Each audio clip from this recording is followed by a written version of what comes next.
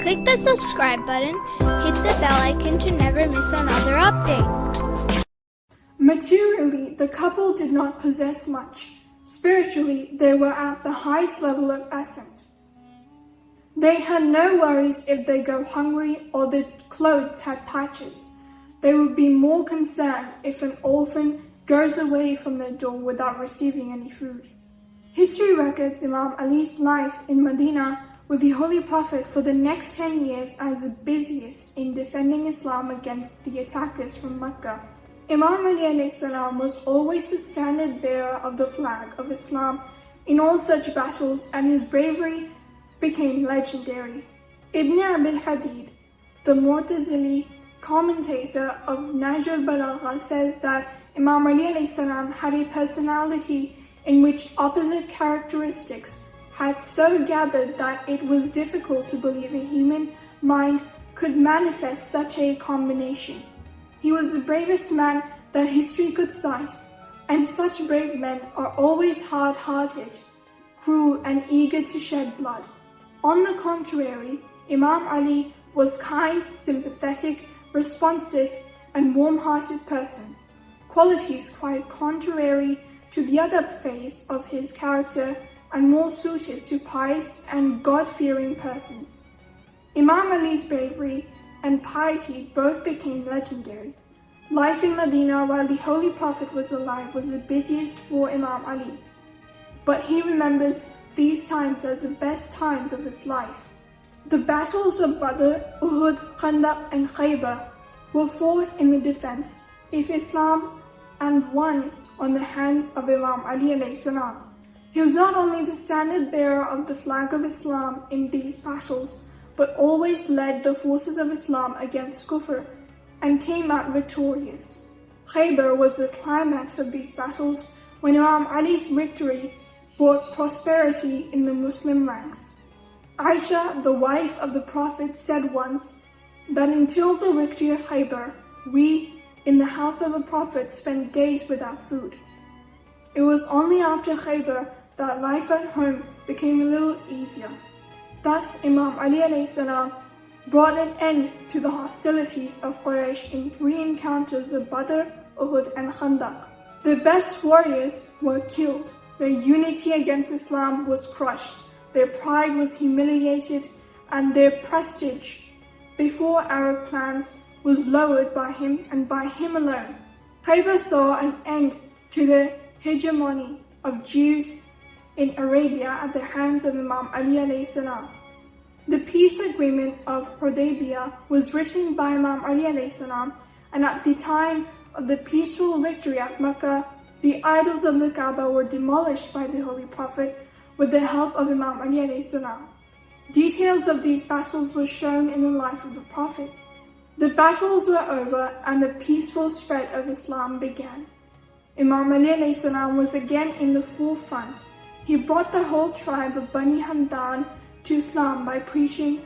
Similarly, when he was sent to Yemen, he brought the whole country into the fold of Islam by his sermons. This news so pleased the Holy Prophet that he bowed down in sajda to thank God 3 times and said loudly, "Peace be upon to Bani Hamdan and to Ali." Again in the year 10th of Hijrah, Ali's sermon and preaching proved so effective that the whole province embraced Islam. In the 9th year of Hijrah, the famous event of Mubahala took place. Najran was a city in the province of Yemen. It was the center of Christian missionary activities in southern Arabia. The Holy Prophet had written to the chief priest of the city to realize the blessings of Islam. In reply, he wrote that he personally would like to discuss the teaching of this new religion. His name was Haris. He was invited and came with a group of 14 priests. These priests, as guests of the Holy Prophet. Long discussions took place during the course of 4 days of their stay in Medina. When Sunday came, the chief priest wanted to go out of the city to have their Sunday service. Prophet Muhammad said that they all had permission to conduct their religious service inside the mosque of the Prophet, which they happily did. Long discussions continued about monotheism versus Trinity, and it was realized that these priests were not open-minded. On the contrary, they were prejudiced against monotheism. A day was set to do Mubahala as per the revelation.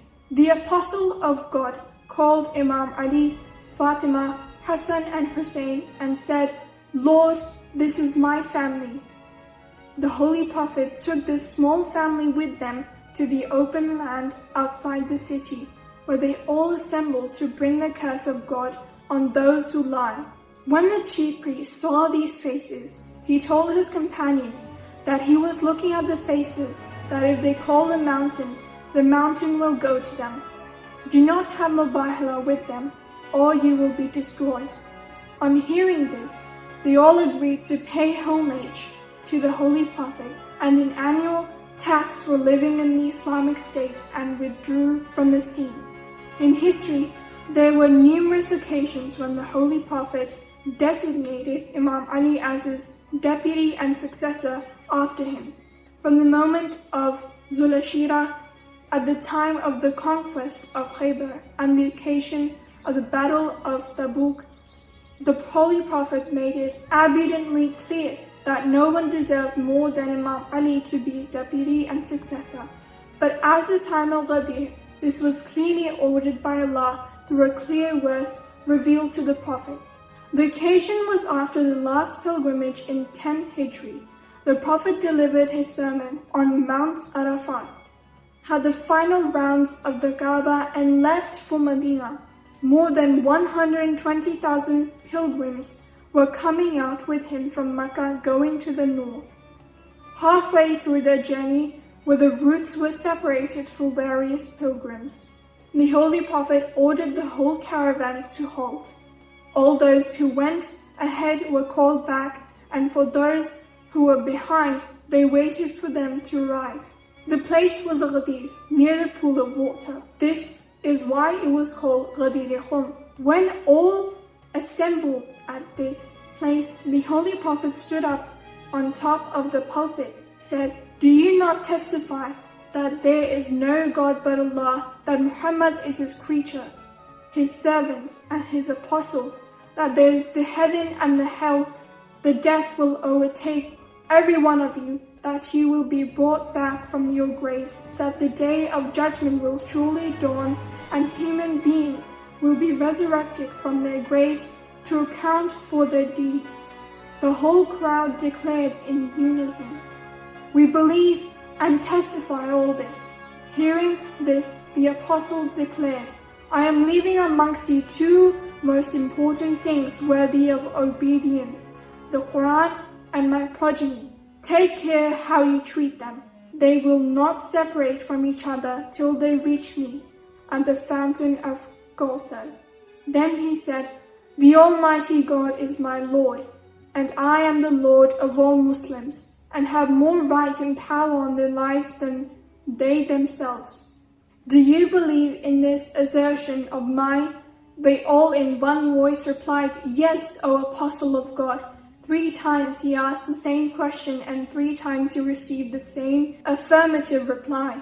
At this solemn affirmation, he said, "Hear and remember that to whoever I am Lord or Mola, Ali is a Lord and Mola to him. He is to me what Aaron was to Musa. The Almighty God is a friend to his friends and a foe to his foe. Help those who help him and frustrate those who betray him." While saying this, he raised Ali high over his shoulders in order to be seen by all the Muslims assembled there. Thereupon the Holy Prophet received the final revelation related to completion of religion. The event of Ghadir was on 8th of Zulhijjah, 10th Hijri. Immediately after the last pilgrimage by the Holy Prophet, he then arrived back in Medina and lived only for 70 days after the event. The year 11th was the saddest year of Imam Ali alayhi salam.